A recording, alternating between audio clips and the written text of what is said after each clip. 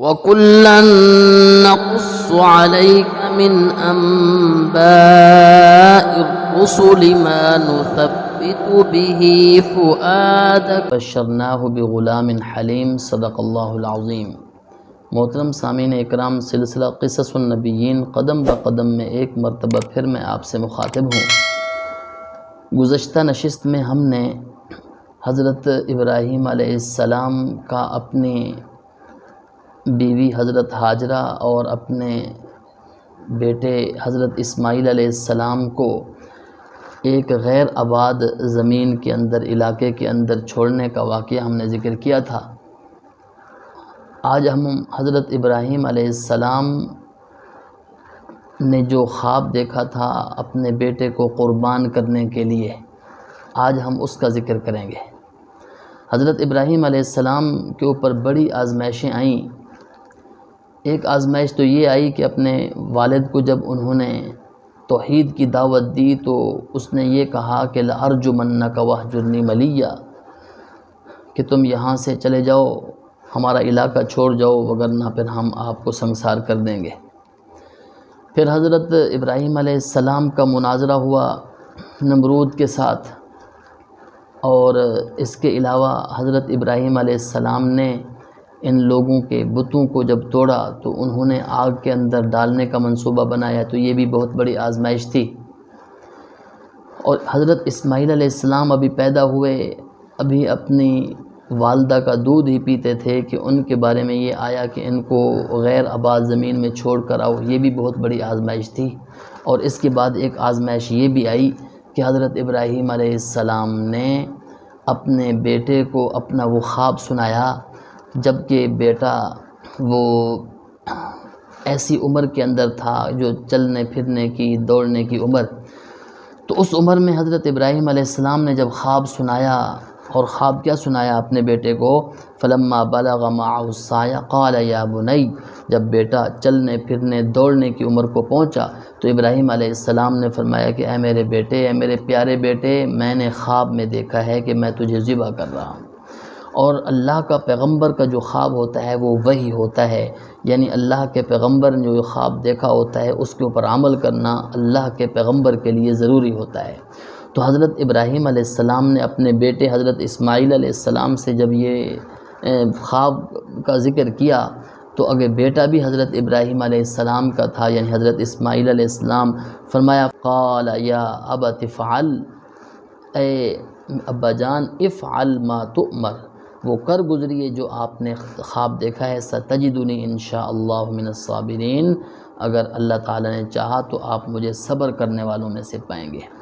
یعنی بیٹا بھی تیار ہوا، اور بیٹے نے اپنے باپ کے اس خواب کو سچ کر دکھلانے کے لیے اپنے والد کو تسلی دی۔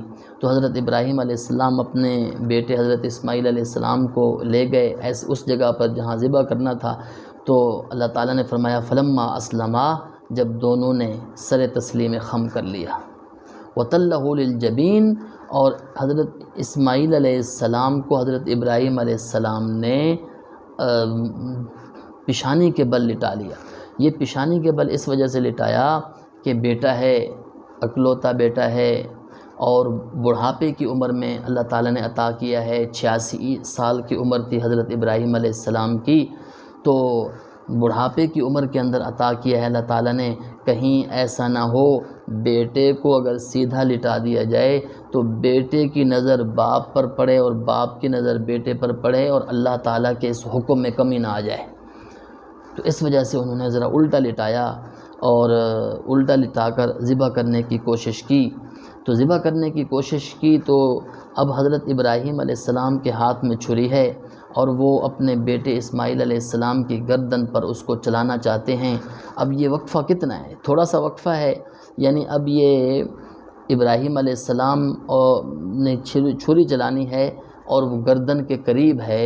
اللہ تعالیٰ نے حضرت جبرائیل علیہ السلام کو جنت سے ایک مینڈا دے کر بھیجا، فرمایا کہ یہ لے کر جاؤ۔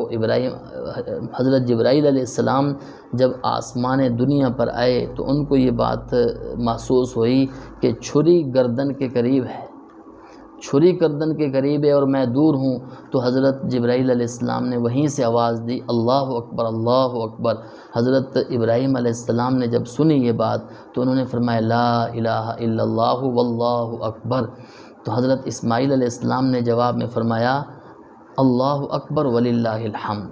تو یہ ایک تسبیح جو کہ ہمارے لیے قربانی کے دنوں کے اندر جس کو ہم تکبیر تشریق کہتے ہیں، یہ اللہ تعالیٰ کو یہ تسبیح ایسی پسند آئی تو قیامت تک آنے والے مسلمانوں کے اوپر اللہ تعالیٰ نے یہ تسبیح لاگو فرما دی، ضروری کر دی۔ تو یہ اتنی دیر میں حضرت جبرائیل علیہ السلام آ گئے اور انہوں نے مینڈا نیچے جو ہے نا حضرت ابراہیم علیہ السلام کی چھری کے نیچے کر دیا، تو اس کے بعد انہوں نے جب ذبح کیا تو وہ مینڈا ذبح ہو گیا۔ اللہ تعالیٰ نے اس کا ذکر فرمایا کہ جب ابراہیم علیہ السلام یہ کام کر رہے تھے اپنے بیٹے کو ذبح کرنے کے لیے، تو اللہ تعالیٰ نے فرمایا وَنَادَيْنَاهُ أَن يَا ابراہیم، ہم نے ابراہیم کو پکارا، اے ابراہیم قد صدقت الرؤیا، آپ نے وہ خواب سچ کر دکھلایا، انا کذالک نجزی المحسنین، ہم اسی طرح نیک لوگوں کو بدلہ دیا کرتے ہوتے ہیں۔ اللہ تعالیٰ نے جو بھی انعام دیا تو اس کا بدلہ اللہ تعالیٰ فرماتے ہیں ہم ایسے دیتے ہیں۔ ان ھذا لہو البلاء المبین، یہ بہت بڑی آزمائش تھی۔ یہ کس اعتبار سے بہت بڑی آزمائش تھی؟ یہ اس اعتبار سے بہت بڑی آزمائش تھی کہ بڑھاپے کے اندر اللہ تعالیٰ نے بیٹا عطا فرمایا، اور وہ بیٹا چلنے پھرنے کی عمر کو پہنچ گیا، اور وہ بیٹا اپنے باپ کا ہاتھ بٹانے کی عمر کو پہنچ گیا۔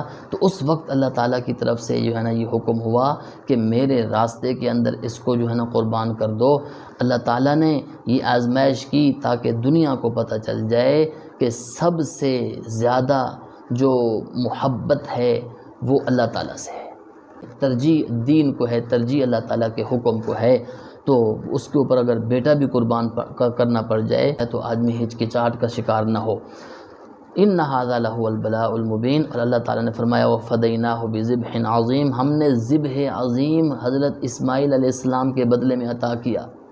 اور اللہ تعالیٰ کو یہ ابراہیم علیہ السلام کا عمل ایسا پسند آیا، قیامت تک آنے والے مسلمانوں کے لیے قربانی اللہ تعالیٰ نے واجب فرما دی کہ یہ بذبح عظیم، ابراہیم علیہ السلام نے تو اپنے بیٹے کو قربان کرنا تھا، اللہ تعالیٰ نے بدلے کے اندر یہ ذبح عظیم عطا فرمایا۔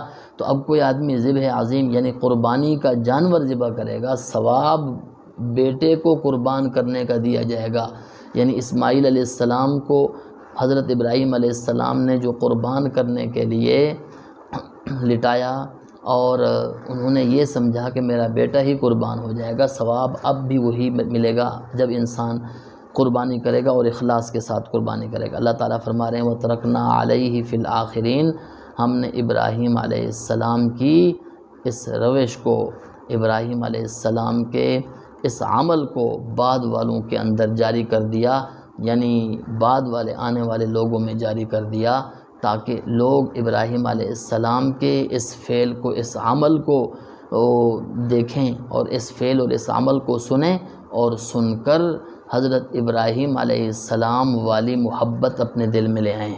سلام علی ابراہیم، اللہ تعالیٰ فرما رہے ہیں کہ ابراہیم علیہ السلام پر سلام ہے، ابراہیم علیہ السلام پر سلامتی ہے۔ تو یہ حضرت اسماعیل علیہ السلام کو ذبیح کہا جاتا ہے۔